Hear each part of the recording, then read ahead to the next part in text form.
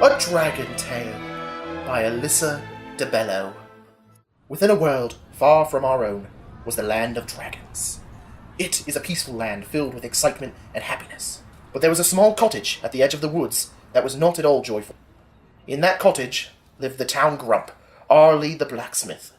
He was also one of the best blacksmiths in all of the land. But over the years, Arlie has worked alone, lived alone, and ate alone all day long.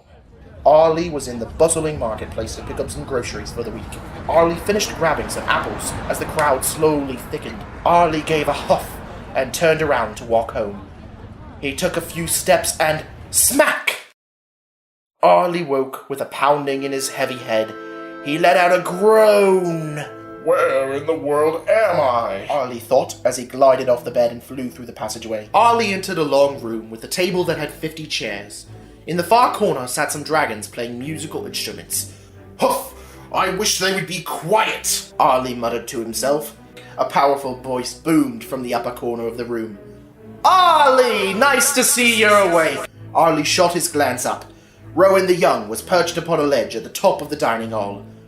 Rowan then tipped into a nosedive, spiraling downward. He let out a whoa and spread his wings at the last moment to catch the air below him, and he landed right in front of Arlie. Arlie let out a huff. Yeah, I'm fine. Any chance I can go home now? The Emperor's face morphed from a smile into a confused grin. Why, Arlie, you were hit by my carriage. You should rest. Let's start with breakfast. Rowan sat down at the head of the table and gestured for Arlie to join him. Arlie huffed as he crossed his arms. He would not budge. I'm the best blacksmith ever, humph. Arlie began. I have no time for fun. Rowan sighed. Blacksmith, eh? Well, show me how it's done. Arlie huffed. Then he flew over to the musicians and took a trumpet from the short one. He thought to himself about creating a dazzling shield, but when he tried to heat up the bronze, his fire would not ignite. He blew again and again, each breath becoming more shallow until he realized that he had lost his flame. Arlie, is that supposed to happen? Rowan questioned. That has never happened to me before. If I can't blow fire, then I'm worthless. Rowan put down his fork and knife and held his chin in deep thought. Well, I never thought it would happen, Rowan began. Why, Arlie, you've lost your fun. Lost my fun? Arlie questioned. Well, duh. Weren't you taught in school that flames come from a place of joy? You must not have any. Arlie huffed to himself. Why must everything happen to me?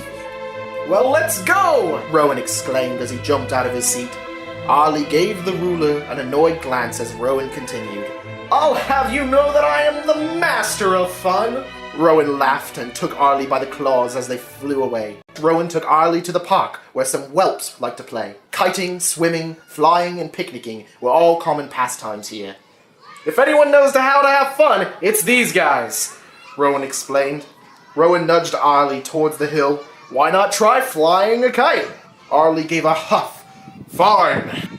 He marched angrily towards one of the young ones and ripped the kite from her hand. Hey, that's mine! The little girl shouted. Back off! Arlie growled. The little girl ran off crying, and Arlie plopped down with the kite flapping around in the wind. Whee! Arlie sarcastically exclaimed. Rowan let out a sigh. I don't think that worked, huh? Arlie looked at him, blew with all of his might, and released nothing but air. Huff! He concluded.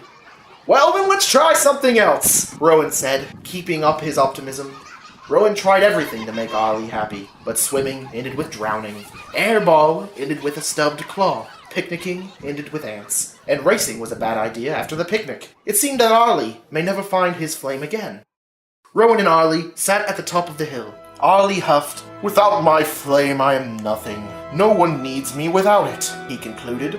But your equipment brings so much joy to everyone, Rowan replied. Without your gates, sheep wouldn't stay put. Without your pans, our bakers couldn't mix their ingredients. Without your pitchforks, how would our farmers work? Rowan punched his fist against Arlie's shoulder. We need you, Arlie!